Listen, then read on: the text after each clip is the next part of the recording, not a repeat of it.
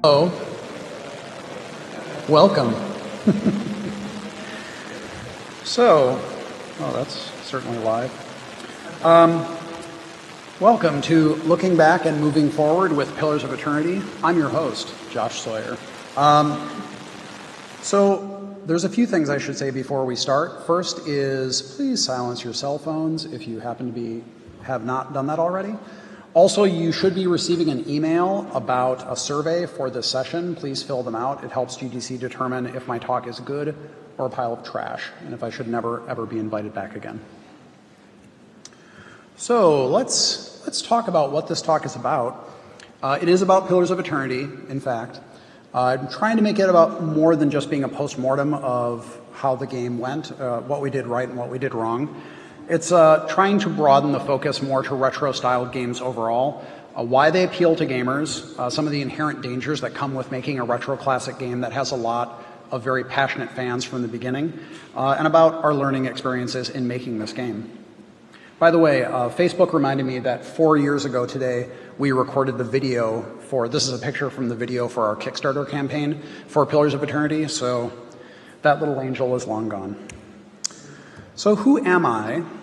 I am Josh Sawyer. I am the design director at Obsidian Entertainment. Of particular relevance to this talk, I was the director and system designer on Pillars of Eternity, and I was the director and system designer on Fallout New Vegas and one of the expansions. Way back when at Black Isle Studios, I got my start as a level designer on Icewind Dale, which was my first introduction to designing for Infinity Engine style games. And then later I was the lead designer on Icewind Dale 2. And I got into gaming in part because I've been playing tabletop games for about 30 years. So my love affair with this style of game goes back a long way. I've talked a lot about Pillars of Eternity in the past. Hopefully you're familiar with it. If you're not, it was a Kickstarter-backed project. We had about 77,000 backers and raised about $4 million. It was very, very successful. We did not think making such a game would be possible at all until Double Fine Adventure launched on Kickstarter. Then we decided, no, we definitely have to make a game like this. It took a while to get our owners convinced that this was a good idea, but they relented. And we decided that we would make an Infinity Engine style game. We wanted it to be a combination of elements from Icewind Dale, Baldur's Gate, and Planescape Torment. We wanted it to be Forgotten Realms-y and AD&D-y, so similar to the Forgotten Realms setting, similar to the Dungeons & Dragons rule set, without exactly copying them, because, well, we don't have the rights to those. The Kickstarter campaign was very successful very quickly. A lot of people don't believe us when we say this, but we were not sure that it was going to be successful. Our original goal was $1.1 million. That was reached in 27 hours. And at the end of the campaign, it was, I think, 3.9. So very successful very quickly, and we had to do a lot of seat-of-our-pants design for things like stretch goals, which wound up being a little bit more than we could handle in terms of development, but we'll get to that. So what's the appeal of retro gaming anyway?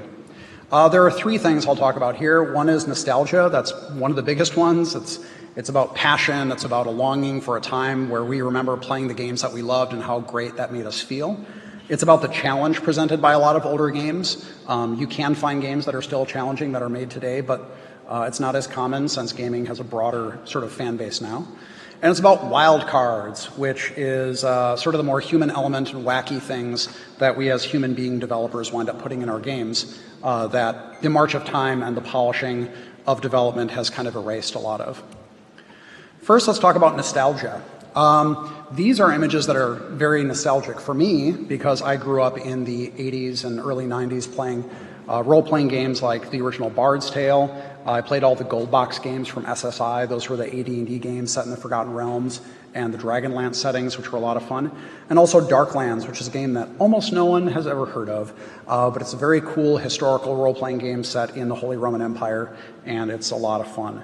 And whenever I see pictures like this, it draws me back to that time, makes me very excited and passionate. I forget all the bad things about those games. I just remember all the good things, and I wish someone would make more games like that. And that's the way people feel when they see a lot of the Infinity Engine games, is that feeling of nostalgia, of remembering how fun it was and how much they loved those games. And the second part is challenge. Like I said, you can still find games being made today that are really emphasizing a very strong difficulty curve, things like Dark Souls, games like that, especially since we have a lot more smaller developers making more focused games for niche audiences. You can find very challenging games out there. But role-playing games have also broadened their appeal and their fan base, and you see a lot of games that are targeted for a very low level of difficulty, a very shallow learning curve. And when people think back to games like Baldur's Gate or Icewind Dale, they think of very, very challenging fights that might have taken them hours and a lot of cursing and reloading to get through. The last thing are wildcards, and this is sort of what I said about human beings develop these games, and when we were younger, we put things in these games that when we look back at, we kind of cringe. They're rough edges and goofy things like Noober. I don't know if you guys remember Noober from Baldur's Gate. He was an NPC that would approach you and he would not stop talking to you, and it was sort of like coaxing you to kill him. Very, very obnoxious character, but people still have fond memories of this guy because he's a wild and wacky dude. And then things like the golden pantaloons, these goofy clothing items that you can find in Baldur's Gate. So the modern development process in a lot of cases, especially with large development teams, it kind of files over the edges of these human elements that they actually find very endearing because they show that people have fun making games. That's one of the reasons why we started making games. So let's talk about some of the dangers of making a retro revival game. You can hit the wrong targets. You can just focus on the wrong things. You look at all the things that go into a game and you spend your time working on the things that no one gives a shit about. That's bad. You can design for a very tiny niche. You know, we sort of admit that we are designing for a niche audience. We're not designing for everybody, clearly. We're not even designing for most gamers. We're designing for a smaller subset of people. But within that niche, there are even tinier and tinier niches of people that are more interested in very, very narrow elements. If you over-design toward one tiny niche, you will never broaden your appeal at all, which can also be bad because you presumably want to continue making games. You can also update too much. You can look at everything and say, you know what, let's fix and update all of this stuff. Some of that stuff you don't need to touch at all. You can just leave it alone. It's totally fine. So you can be careful and just say, you know what, leave that alone. Let's focus on things that really need to be improved and not change everything. And the last part is missing the soul. This is a very ephemeral, feels-based thing, but it's very important. It's possibly the most important thing because, again, the reason why you get a lot of people interested in these sort of retro revival games in the first place is because they're very passionate about the game itself. And if it doesn't really have the feeling of those games, if it doesn't evoke the sort of nostalgia that you're looking for, you fail. You can even make a good game like that is, sort of good to some people, but you're sort of making it for an audience in the first place, and if you miss that, then you've missed the point. Soul is elusive. So let's talk about soul, which is this very ephemeral thing. When people remember the things that they love, their memory can be selective, they can gloss over a lot of things, and most of what they remember is their emotional attachment to it, and little things that stick out to them. The individual elements that go into it contribute to the whole picture. So when you modify things, you have to be very careful about what you're modifying. You could tweak one tiny thing that turns out to be a very key component of what made that something very cool. And ultimately, the spirit of something is more important than actually getting it technically accurate. And in many cases, it's healthier if you're trying to modernize a game. The example, I'm wearing my Ducati shirt today. I'm glad I packed it because I'm going to talk about how Ducati, a motorcycle manufacturer, updated. The bike on the left is Mike Halewood's Isle of Man TT bike from 1978, and the bike on the right is a mid-2000s Sport Classic 1000. They look fairly similar, but they're not actually all that similar, but they capture the soul of the old bike. And that's why that bike immediately sold out and why I can never find one for a good price, and I'm going to be mad for the rest of my life about it. But it goes to show that the spirit of the thing is what's important. It's less important than the exact specific details. So let's talk about some of the things we did in Pillars of Eternity and what went right and what went very not right. We decided from the beginning that we were going to be making 2D environments from an isometric rendered perspective. That was a core component of all the Infinity Engine games. We knew we were going to raise the resolution a lot, but we were still going to hand touch most of our environments because we did a lot of, after an environment would be rendered, we'd have 2D artists go back and touch them up. And that we were also going to try to add in a 3D lighting element, which was challenging. And I covered that in a a little talk I did a few years ago. But basically, we managed to get 3D lighting into a 2D environment, and it was great. And a lot of the art that we looked at in terms of our inspiration was from the second edition AD&D era. So that, for me, is artists like Larry Elmore, Jeff Easley, Keith Parkinson, Clyde Caldwell, Fred Fields, and Gerald Brom, also just known as Brom. Overall, those artists used less saturated palettes than a lot of contemporary fantasy artists, and relatively realistic weapons and armor. So they look, they don't really look historical, but they're a little more on the subdued side, especially when compared to a lot of contemporary fantasy art. Here are a few key images that we looked at when we were looking at our style. The one on the left is by Larry Elmore. It's from the second edition Player's Handbook. The style of the character's weapons and armor is not realistic. It's slightly fantastic, but the proportions are still semi-realistic. And the palette overall for both of the images, both Keith Parkinson and Larry Elmore, is relatively subdued. You don't get a lot of really intense colors like you might see in a lot of contemporary fantasy art.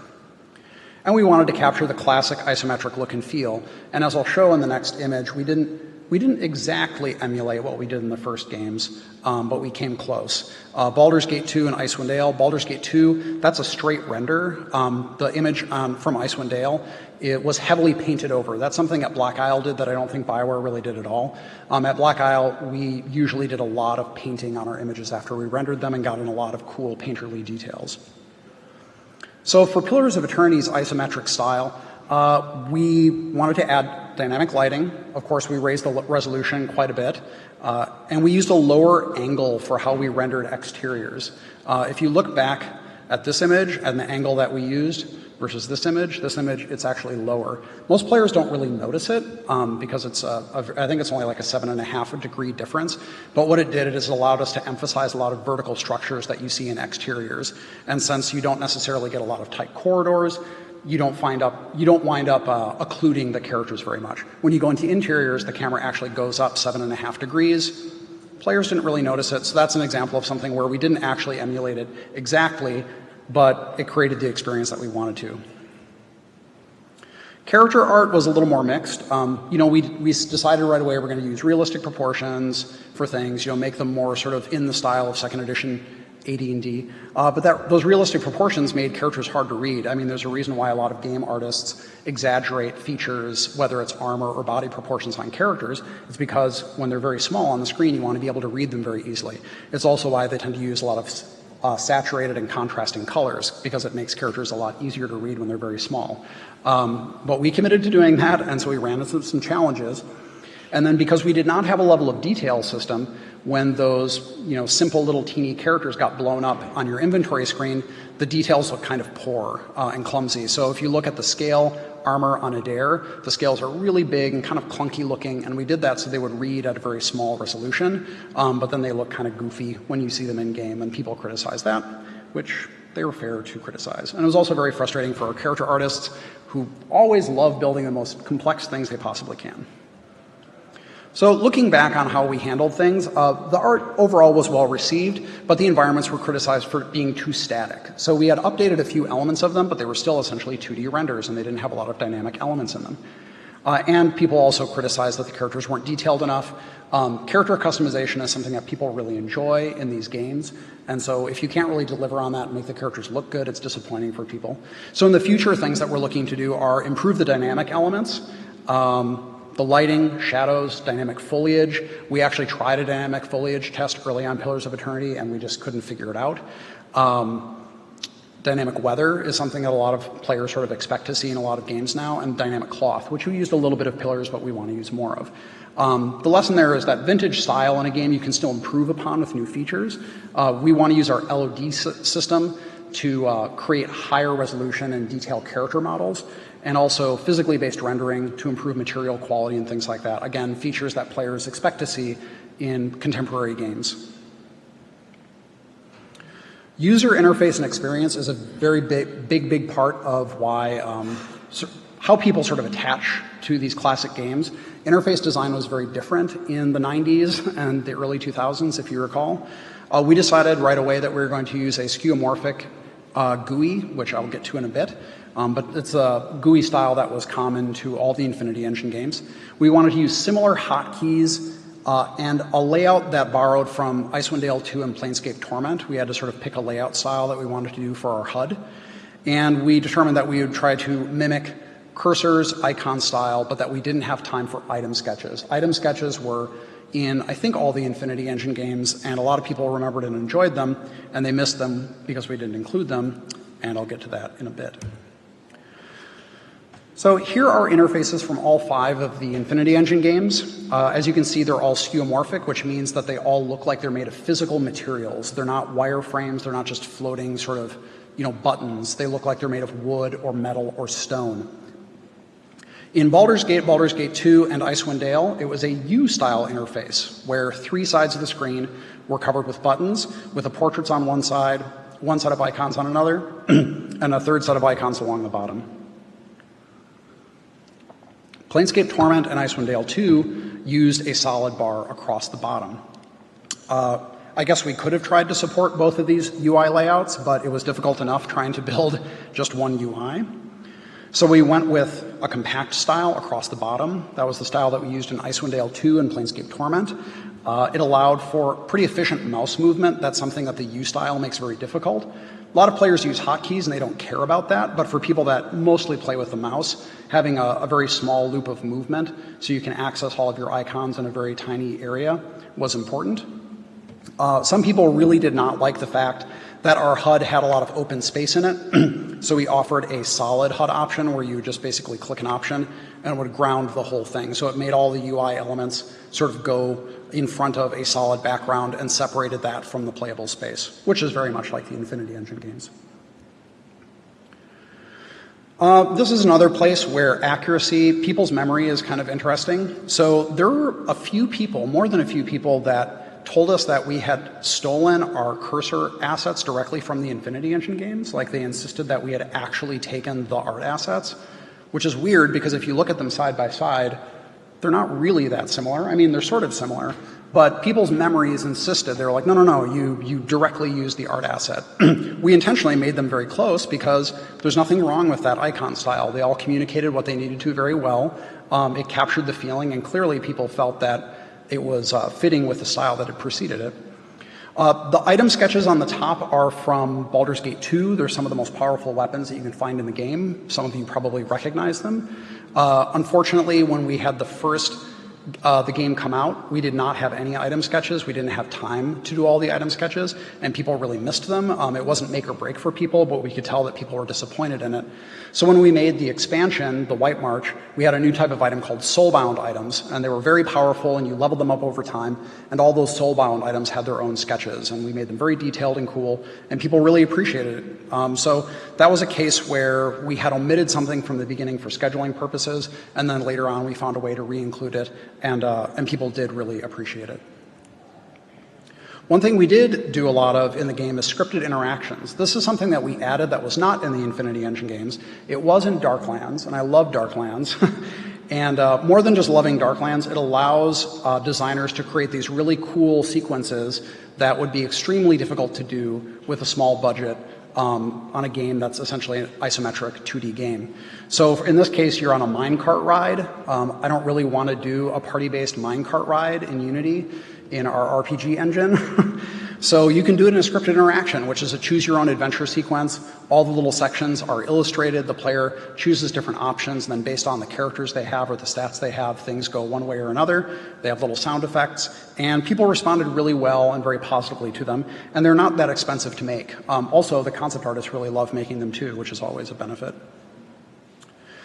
Remember what I said about people not liking the UI in some cases? Yeah, some people really, really liked having that U-style interface. They don't care about how far away the icons are. They don't care because they use hotkeys, or they just like the aesthetics, and all they want is just that classic style. So some modders made the IE mod, which changed a number of rules, but it also changed how the UI worked. It really changed it quite a bit. And as you can see here, you can drag the elements all over the screen.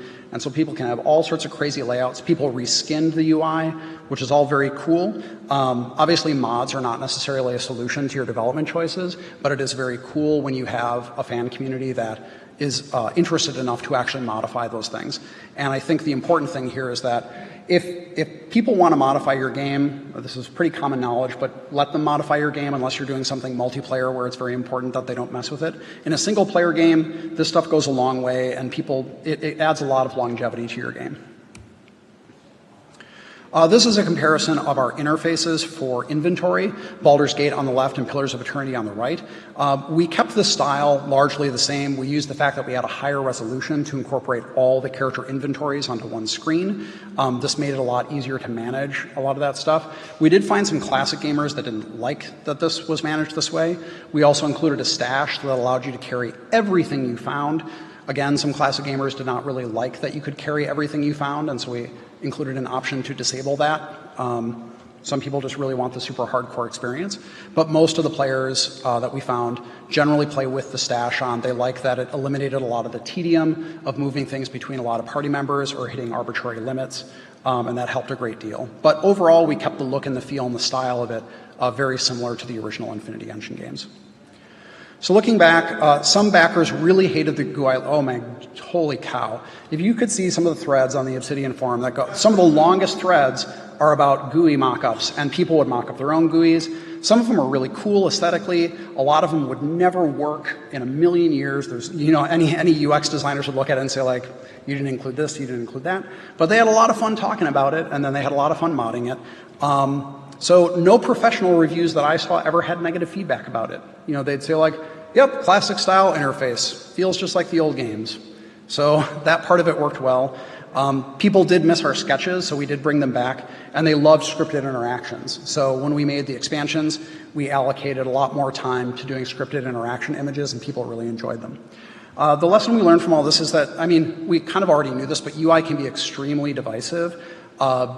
You can't make everyone happy with your layout choices. You can't make everyone happy with how the UI works.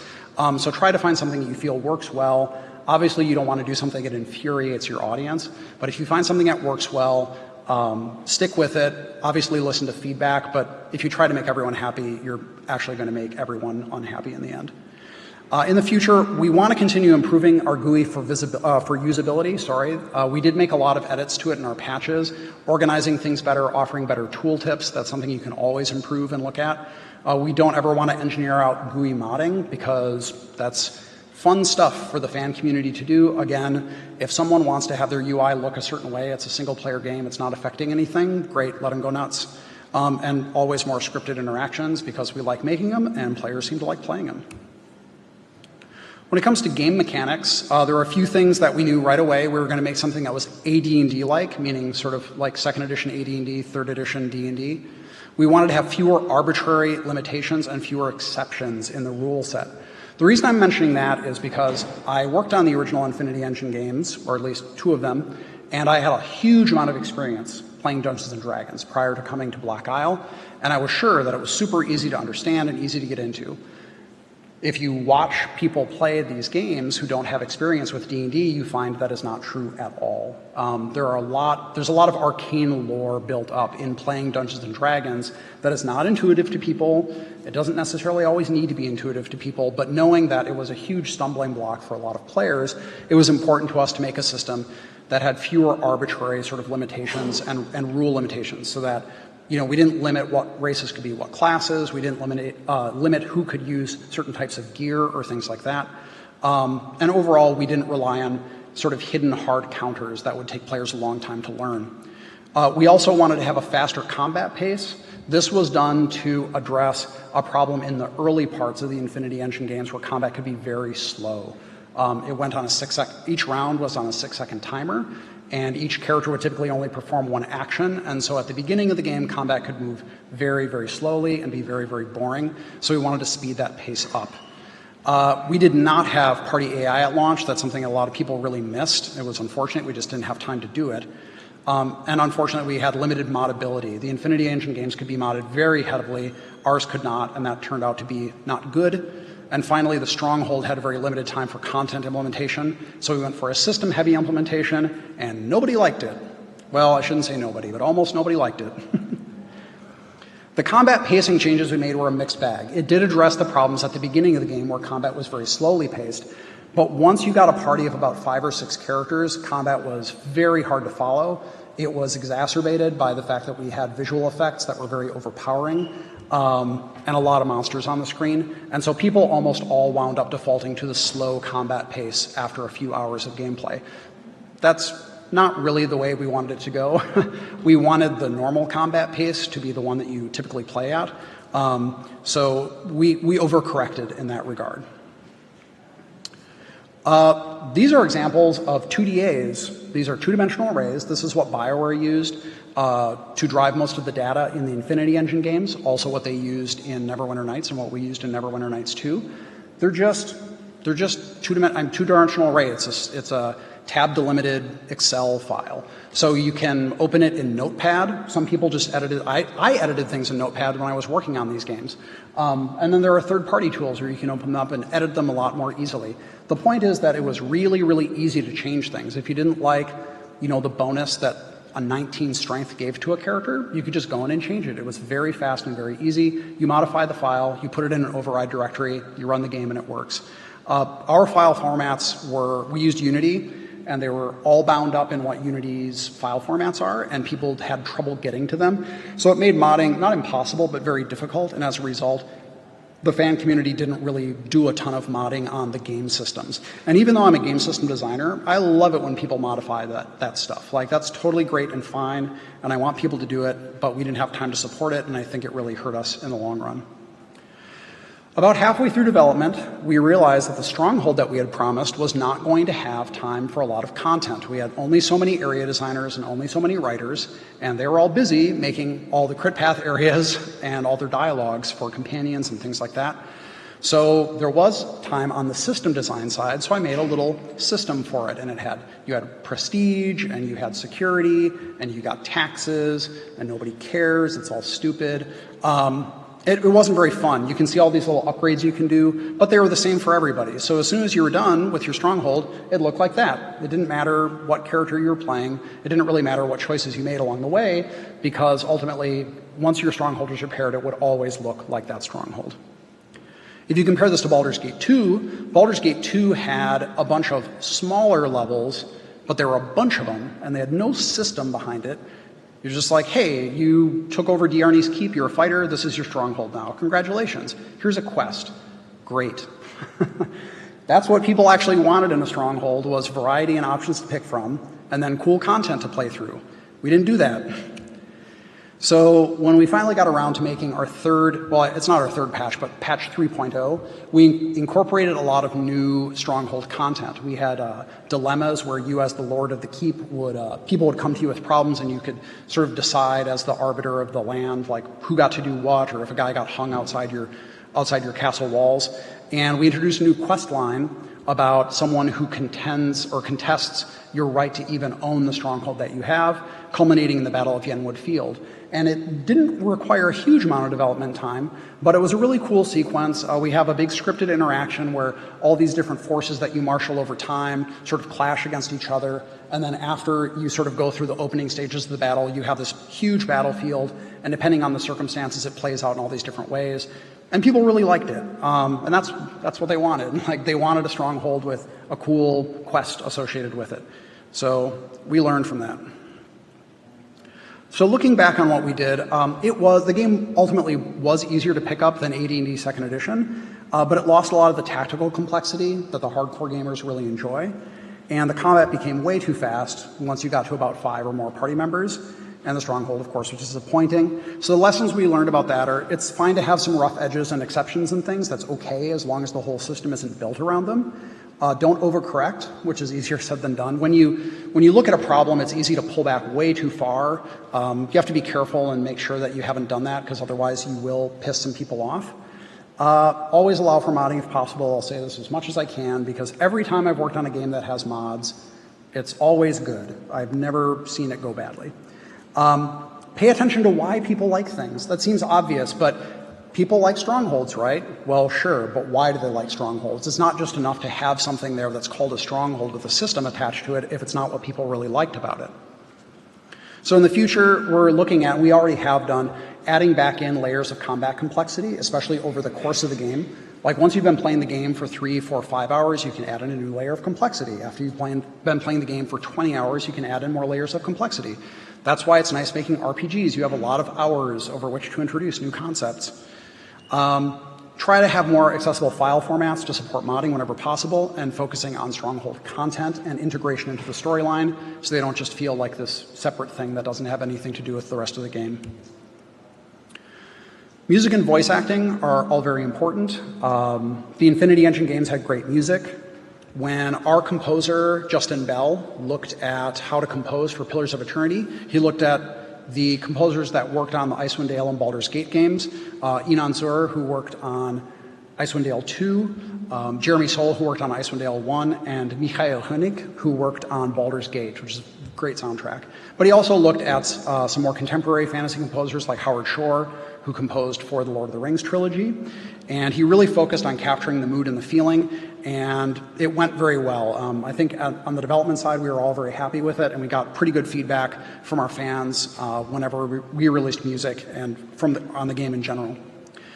One problem, though, is that we had a very limited voice acting budget, and so we allocated our resources, kind of spreading them out across a lot of characters in a kind of strange way. So when people played the game, it seemed very random when lines would come in, or when like you'd have a conversation start and then people would say 2 lines and then they wouldn't talk anymore. And so it seemed like a bug, but then in another conversation they might talk through the whole thing. And that was kind of us like just looking at these resources and dicing them up way too far apart. So the lesson we learned there is that when you have limited resources, don't spread them too thin, because in our case, once we played the game, it was obvious, but by the time we played the game, it was too late. We played it and we said like, oh geez, this sounds really awkward and buggy. In the future, we were pretty happy with the style of music that we wound up with, but we want to experiment more with things like leitmotif, incorporating themes of various characters into key story moments and things like that to reinforce the narrative flow of the game, and just being smarter about allocating our voice acting resources, because it did really seem strange to a lot of people. When we set out to design this world, we knew that we were going to build a traditional fantasy setting. We knew from the beginning we weren't trying to make something really wild and crazy. By the way, I know that the Torment Tides of Numenera guys are here, and they have a crazy world. So if you get a chance to see those guys, bug them, especially bug Colin McComb, because I like it when people bug Colin. But our world is going to be pretty traditional, pretty standard fantasy setting. We wanted to change a few elements. So we didn't have halflings or gnomes or orcs. We do have elves and dwarves. We knew a lot of people wanted to play their elves and their dwarves, but not people were like, no, my gnome, I can't play my gnome. So we do know that people like to play little characters and big characters. So we introduced Orlans as our new small race and Omawa as our new big race. And they're not really like halflings or orcs, but there are little and big guys, so people can play them. And then we incorporated godlike. And godlike are just a ripoff of Ganassi. So if you played Mask of the Betrayer for Neverwinter 2, as soon as we included Ganassi, everyone was playing Ganassi. And sure enough, when people had backer NPCs, half of them were godlike. So people really liked the aesthetic of those characters, so we incorporated them. We did decide we were going to have a Eurocentric type of setting, so a lot of the elements you see from constructed languages to architecture borrows from medieval Central Europe usually, very standard and traditional. We did try to move the timeline of our setting forward a little bit. A lot of fantasy settings are in this vaguely 12th to 15th century English, French, German kind of place. We wanted to set it squarely in the 16th century, with a Renaissance zeitgeist that seemed to capture the feeling of a world in change.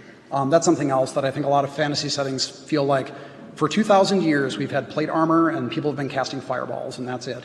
So we wanted to make it feel like this world was actually changing over time. We did decide to go with a blank slate character versus predefining the character. That's sort of a mixed thing, because later on in the game you do find out that your character does have, spoilers, some things in a past life, because our setting is about reincarnation. But in Baldur's Gate, you are a ball spawn, and that you are pursued right away as soon as the game starts, so that's a part of who your character is. And in Planescape Torment, you are the Nameless One. You can define a lot of things about the Nameless One, but you're always that dude. The companions, themes, quests, and the tone of our dialogue were pretty serious. Obviously, this is all relative, but if you compare them to the other Infinity Engine games, it was like serious mode, to the point of being too serious. So if you look at our companions versus, for example, the Baldur's Gate 2 companions, Baldur's Gate 2 companions were pretty diverse in terms of you had pretty serious characters, you had totally wacky dudes, you had characters with long involved quest lines, you had characters that had no quest at all, you had characters with romances, some characters that didn't have romances, and those are a pretty broad spectrum.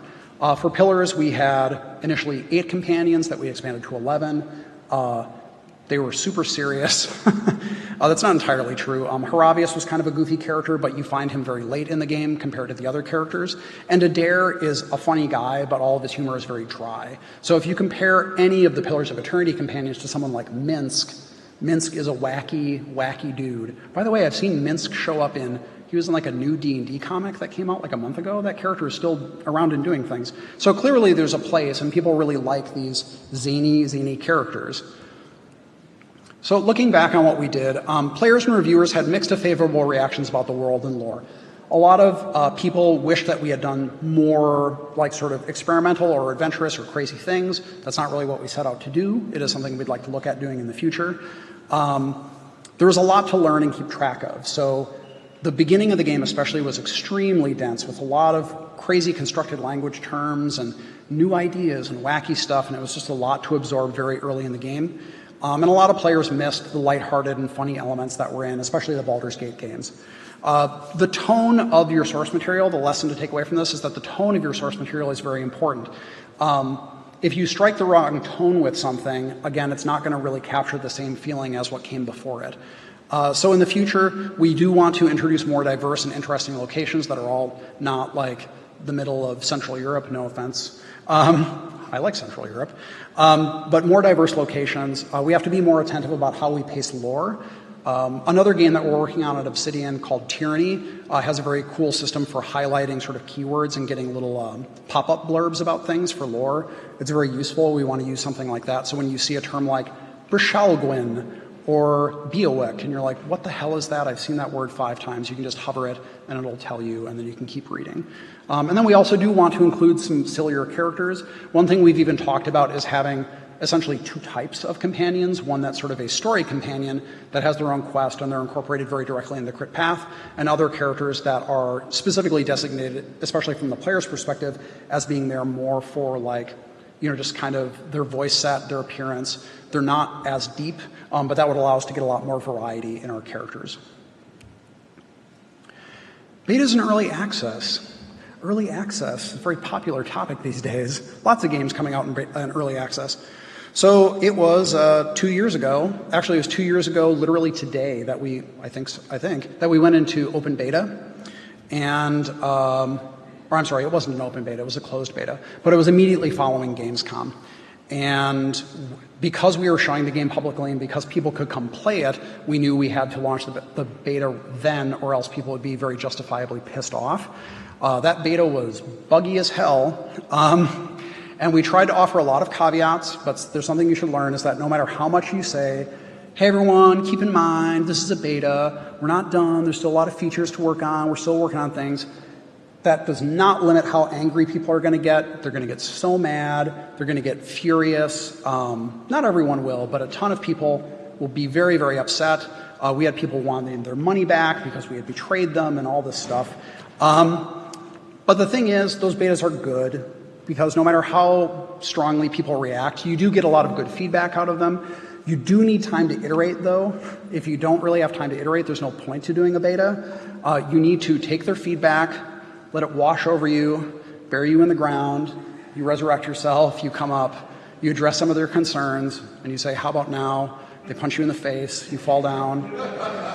But you have to keep doing that, and you can't make everyone happy, but you can get a lot of good feedback. The vocal minority sometimes does have a point. Like, that's the thing, is that just because they're a vocal minority does not mean, just like it doesn't mean that they're right because they're loud and persistent, it doesn't mean they're wrong. So sometimes they have a point, but also keep in mind that you do have a broader audience, presumably, that you want to meet. It's not just 10 people on your forums arguing about one aspect of your game. So try to reach out and find more people to play your game. Betas and early access are typically for very hardcore people, like even among hardcore people. So just be very conscious of of the type of people that are actually playing your game and try to reach out and find more people that are in your audience that might be interested in it. So despite the initial criticism that we had, our beta did allow for a lot of iteration and and the early feedback that was very negative, it didn't really seem to affect the launch because the beta period went on for a very long time.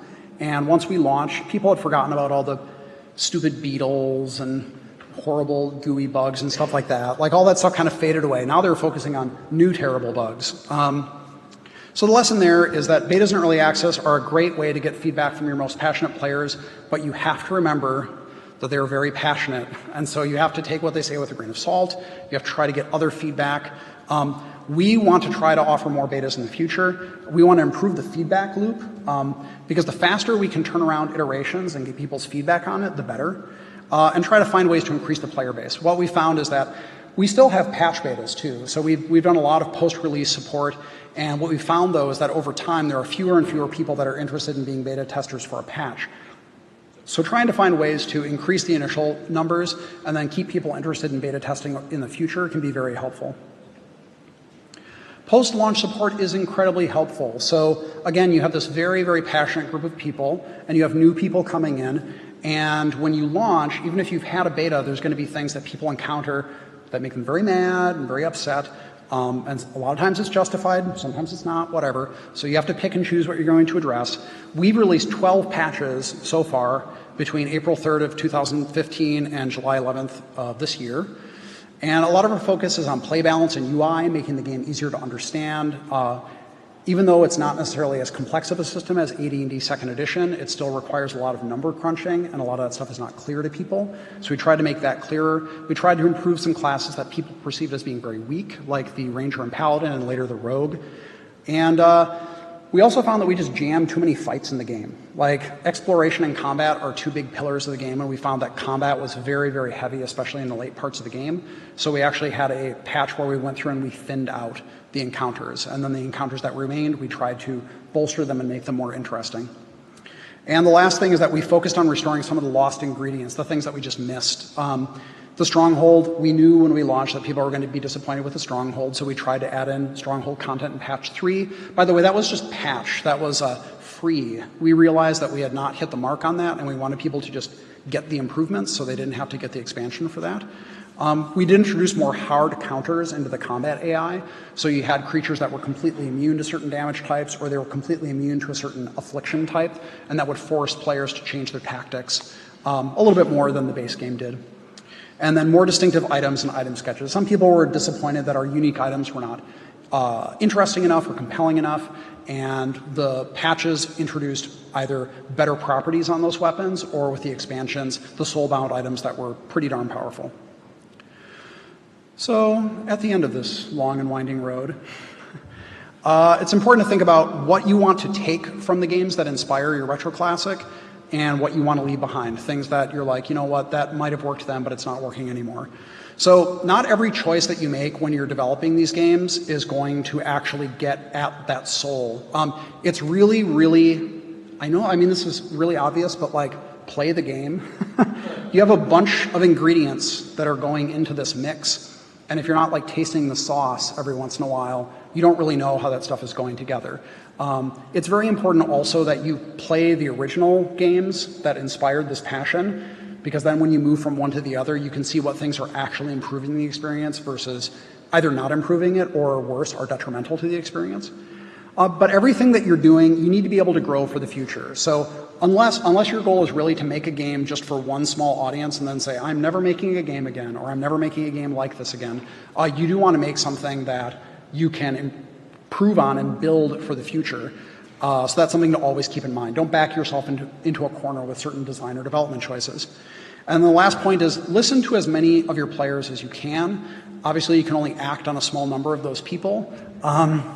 But don't ignore the vocal minority, and also don't ignore the larger player base. They're all people who are interested in playing the game. Some of them are going to be louder and more persistent than others, but if you believe you understand who your audience is, try to reach as many of those people as possible to make a game that they can all enjoy. I want to thank my CEO and boss, Fergus Urquhart, for letting me go on this trip. It's a lot of fun. Kaz Aruga, who helped me collect a lot of art resources for making this talk. And of course, to all the Pillars of Eternity backers and players and fans. We literally would not have been able to make this game without them, and their ongoing feedback and support is helping us make the game even better for the future. Thank you.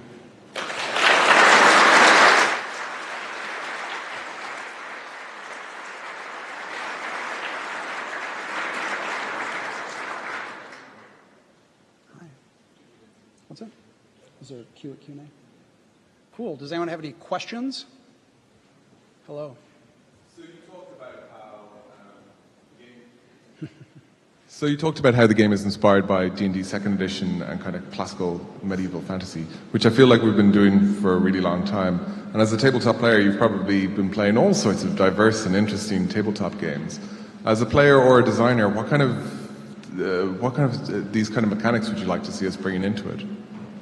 I'm sorry. Well, could you?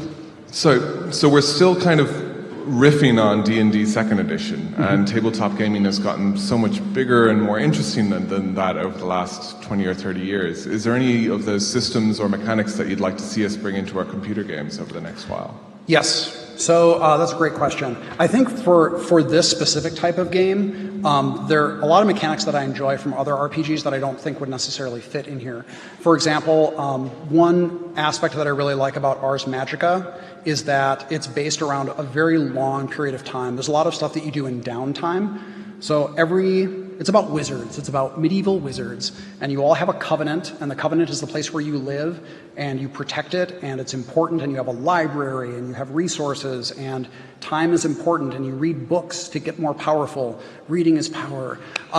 That's all really cool, but there's a very, very big focus on sort of managing the covenant and the grogs and all these other things that go into it. I don't necessarily know that that's something that's appropriate for a D&D type game, but it's very cool. I will say, though, that if you've played The Darkest Dungeon, there are a lot of elements from there that are really similar to Torchbearer, if you've played Torchbearer. Torchbearer has imagine Torchbearer like low-level D&D, but imagine Torchbearer like low-level first edition D&D, but harsher. It's really brutal. I mean, that's sort of The Darkest Dungeon, where everyone just spirals down into insanity and death.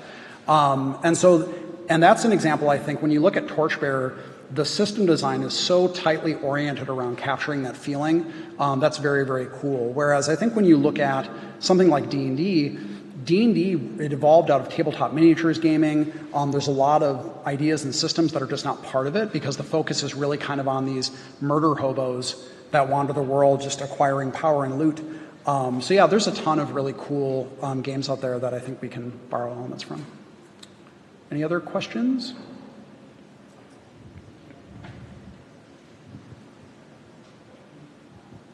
Hi. When you designed the game, it seemed you had a pretty ambitious plan for the gold economy, with a lot of trains going on, a lot of consumables and so on.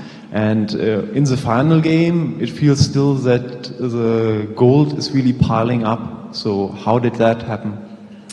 How did the gold pile up? That's a good question. So when we started designing the game, we initially had some more sinks in the economy for where gold went. One of those was a durability system. Ooh, people didn't like that. That was something that Tim Kane and I worked on and proposed pretty early on, and we had a backer update about it. And there were, I won't say everyone, but there was a significant number of people that were like, this doesn't feel D&D-ish. This doesn't feel like it belongs in an Infinity Engine game. One thing that came out of that conversation is that a lot of folks on our forum said, I don't really care that much if I wind up with a ton of gold toward the end of the game. That being said, I think we could have done a better job balancing the economy. I think some of the higher level crafting recipes, like if you want to upgrade a weapon to the really high tiers, we could have had those cost a huge amount of copper, which would have been a big improvement. And the Stronghold, even though it wasn't very compelling for a lot of people did buy those upgrades, and I think those upgrades probably could have served or it probably could have served us better to have the high-end upgrades be very, very expensive. They don't necessarily have to be proportional, as long as there is something of value that the player can buy and they feel like, oh, okay, like there's something to actually look forward to spending my gold on. But no, that was our fault. We designed a few sinks. People didn't like them. I think they're justified in not liking them. And then we didn't really do a good job of fixing the economy later on.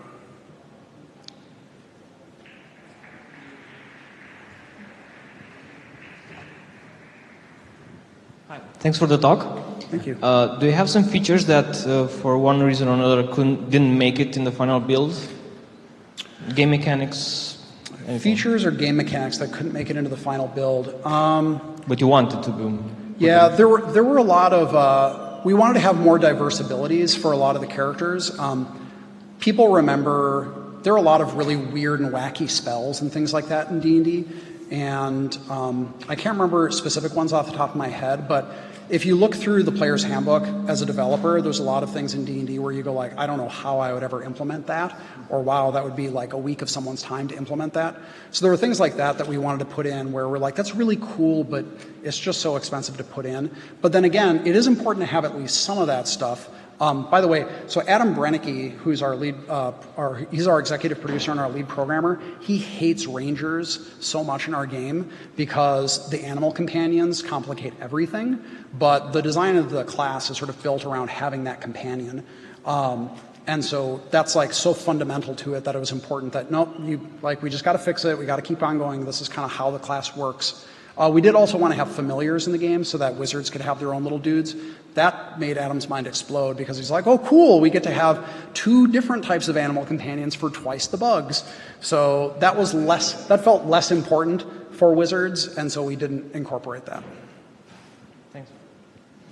Any other questions? All right. Oh.